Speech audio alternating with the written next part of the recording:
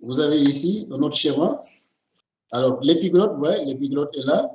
Normalement, l'épiglotte se ferme. À l'expiration, l'épiglotte se ferme. À l'inspiration, il s'ouvre pour laisser passer l'air. Donc, si vous intubez, en général, l'épiglotte ferme comme ça. Vous ne voyez rien du tout la glotte. Il faut soulever l'épiglotte, il faut tirer ici pour que les cordes vocales soient visibles, soient accessibles. Et vous voyez ici, vous avez là, de part et d'autre, vous avez les cordes vocales. Et au milieu, vous avez l'orifice glottique, qui est noir là, ici. Donc, c'est là où il faut introduire la sonde trachéale. Quand vous êtes dedans, vous avez réussi votre intubation trachéale. Donc là, c'est le laryngo. Ouais, le rôle du laryngo, c'est de soulever l'épiglotte et d'exposer l'orifice glottique. Attention. Donc là, vous avez l'orifice glottique. Et tout à fait en bas ici, vous avez l'œsophage. Ouais, donc, si vous ne regardez pas bien, si vous introduisez la sonde, vous allez tout droit dans l'œsophage. Puisque ça, c'est un peu en antérieur. D'accord? Faites attention, il ne faut pas intuber dans l'œsophage. Ce n'est pas l'objectif. L'intubation trachéale, c'est d'introduire le tube de la sonde dans la trachée ici. Il ne faut pas le mettre ici. Le matériel, donc, il faut un laryngoscope avec tout ce qu'il faut. Il y a des, il y a la lame, il y a le manche, il y a donc deux types de lames, lame courbe, lame droite. Chez les nouveau-nés en général, on utilise la lame courbe, c'est pour des raisons anatomiques. Hein. Et chez le nourrisson, on utilise, et le grand enfant, la lame courbe, qu'on appelle également lame de Macintosh.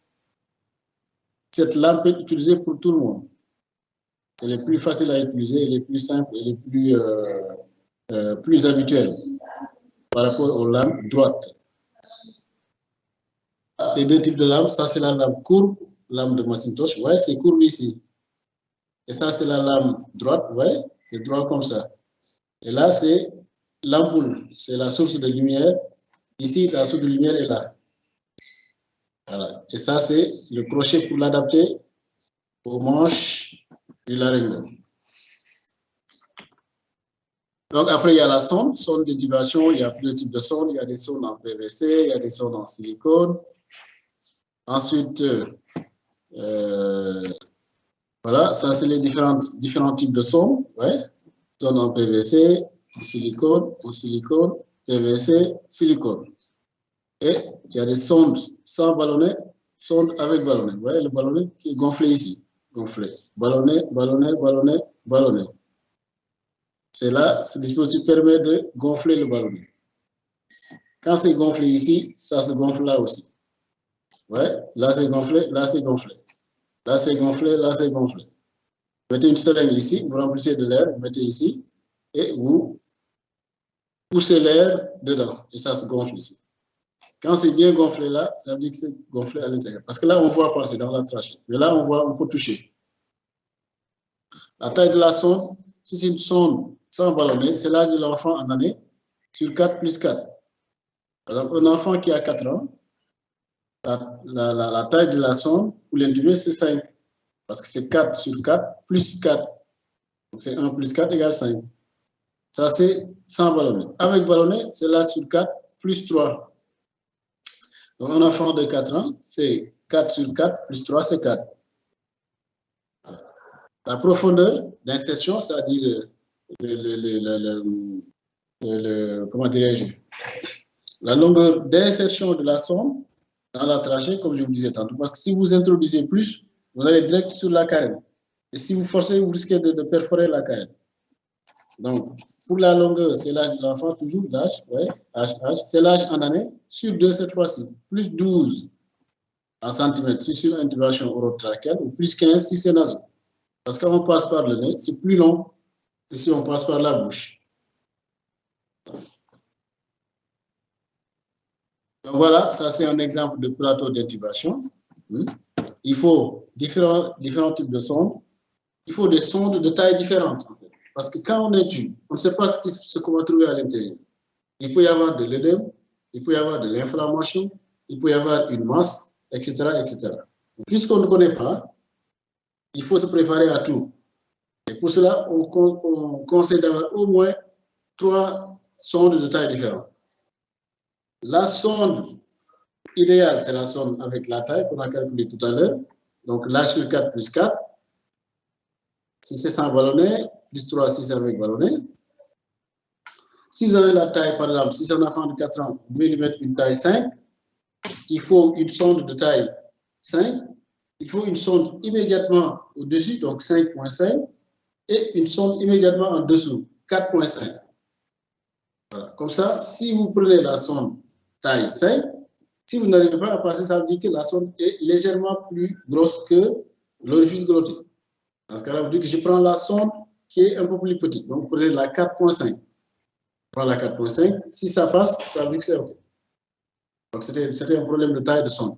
Mais attention, si vous prenez la sonde 4,5, ça passe. Le risque, parce que puisque l'enfant doit avoir une sonde de taille 5, le risque, c'est les fuites parce qu'il y aura de l'espace.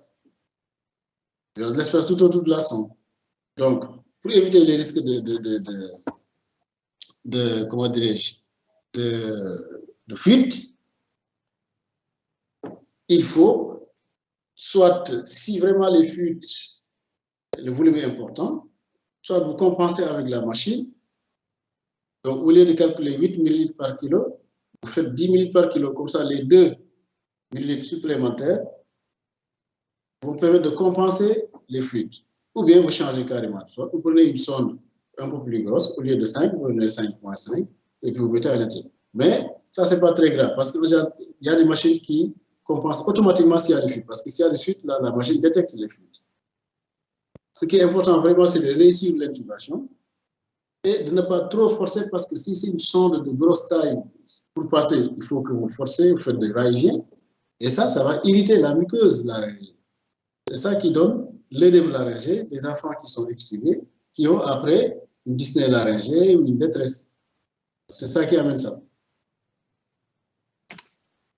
Donc ça, c'est le laryngoscope avec manche, lame droite, d'accord, et source de lumière. Et là, vous avez le ballon de ventilation. Ça, c'est le guide. Ciseaux, scotch, sonde laryngée, sonde trachéale, tubulus d'aspiration, stéto, masque, capteur. Ça, c'est le filtre. Un filtre. Ça, c'est un masque également. Masque circulaire, masque anatomique. Canule de Guédel. Alors, je voudrais insister sur la canule. On a tendance maintenant à oublier les canules de Guédel. C'est important, les canules de Guédel. C'est important, les canules. Quand vous intubez, utilisez une canule. Ou bien si l'enfant est dans le coma, par exemple léger, Glasgow à 12 ou 13, mettez une canule. Ça permet de protéger les voisins parce que la canule permet de fixer la langue et d'éviter une ptose, une glossoptose. Si la langue chute, s'il y a glossoptose, les voisins sont obstrués et l'enfant peut faire son asphyxie et son arrêt. Donc vraiment, il faut avoir l'habitude d'utiliser la sonde, la canule de Guédel.